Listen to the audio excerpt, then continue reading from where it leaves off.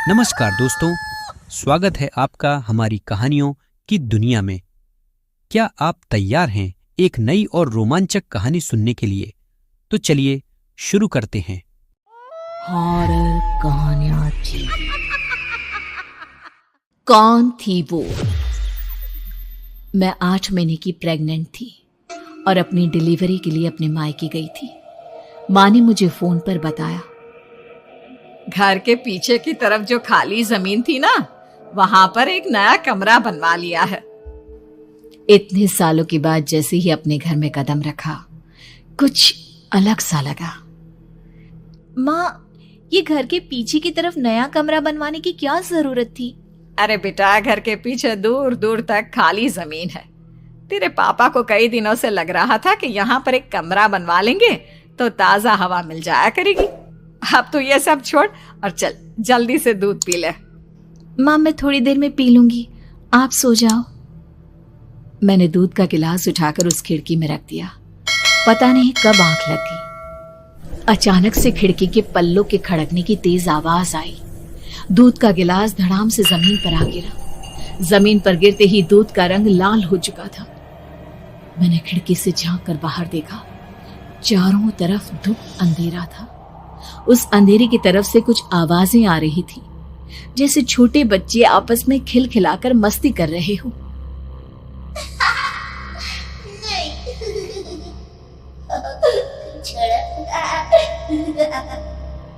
इतनी रात को इतने घनघोर अंधेरे में बच्चों की आवाज कैसे आ रही है?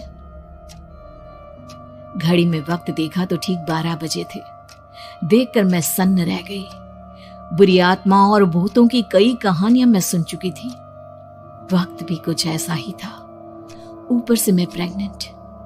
सुना था कि ऐसे वक्त में अक्सर बुरी आत्माएं औरतों का पीछा करती है, तो क्या मेरे पीछे भी? पसीने से तरबतर बड़ी मुश्किल से, जैसे कांपते हाथों से मैंने उस खिड़की को बंद किया। जल्दी से जल्दी उस कमरे से बाहर निकलकर माँ के पास जाने के बारे में सोचा, लेकिन जैसे ही दरवाजे की तरफ पलटी, लगा कोई साया हवा की स्पीड से दरवाजे के सामने से गुजर गया। मेरे गले में अटक कर रह गई।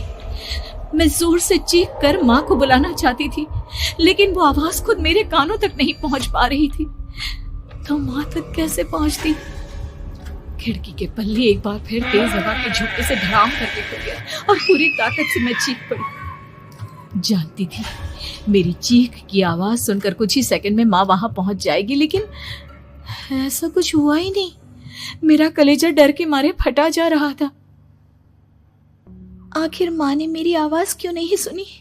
इतनी गहरी नींद में तो माँ कभी नहीं सोती। ठीक पीछे खुली हुई वो खिड़की। मुझ में इतनी ताकत नहीं बची थी कि मैं पलटकर उस तरफ देख भी सकूं। हवा का एक सनसनाता हुआ झोंका उसी वक्त मेरे कानों से आकर टकराया। लगा जैसे किसी ने दबी हुई आवाज में धीरे से मुझसे कहा, चली जाओ यहाँ से। मैंने दोनों हाथ अपने कानों पर रख लिए और एक बार फिर ताकत लगाकर जोर से चीखने की कोशिश की। माँ! पापा! मेरी आवाज उस कमरे की दीवारों से टकराकर वापस मुझे ही सुनाई दे रही थी। जितनी ताकत के साथ मैंने चीखने की कोशिश की थी, कुछ ही देर बाद उससे कहीं ज्यादा तेज और दर्दनाक चीख मुझे सुनाई देने लगी। ये आवाज ठीक मेरे पीछे खिड़की से आ रही थी। वो आवाज मेरे कानों में पिघलते हुए लोहे की तरह गिर रही थी। उन आवाजों में हैवानियत थी। वो आवाज़ें किसी इंसान की नहीं है, इतना मैं समझ चुकी थी। कांप रहे हाथों से मैंने अंधेरे में कुछ ढूंढने की कोशिश की।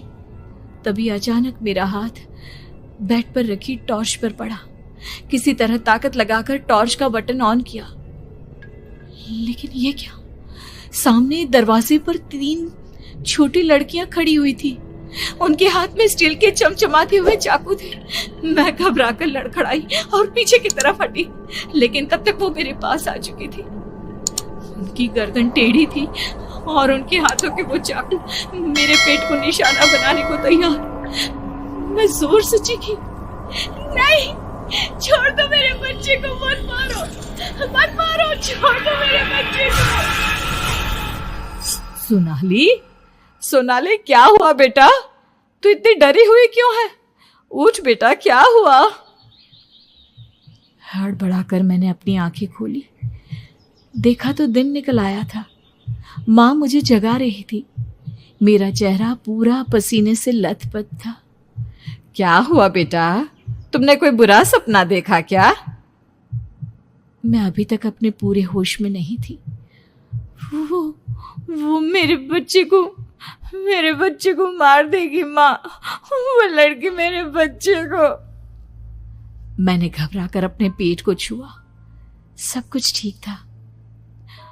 और वो दूध जो रात को यहाँ पर गिर गया था, उसका रंग लाल हो गया था। माँ ने हंसते हुए दूध का गिलास मुझे दिखाया। तुमने दूध पिया ही नहीं, पूरा का पूरा ऐसे ही रखा हुआ है। तुमसे कहा था ना सोनाली, सेहत के लिए लापरवाही ठीक नहीं बेटा।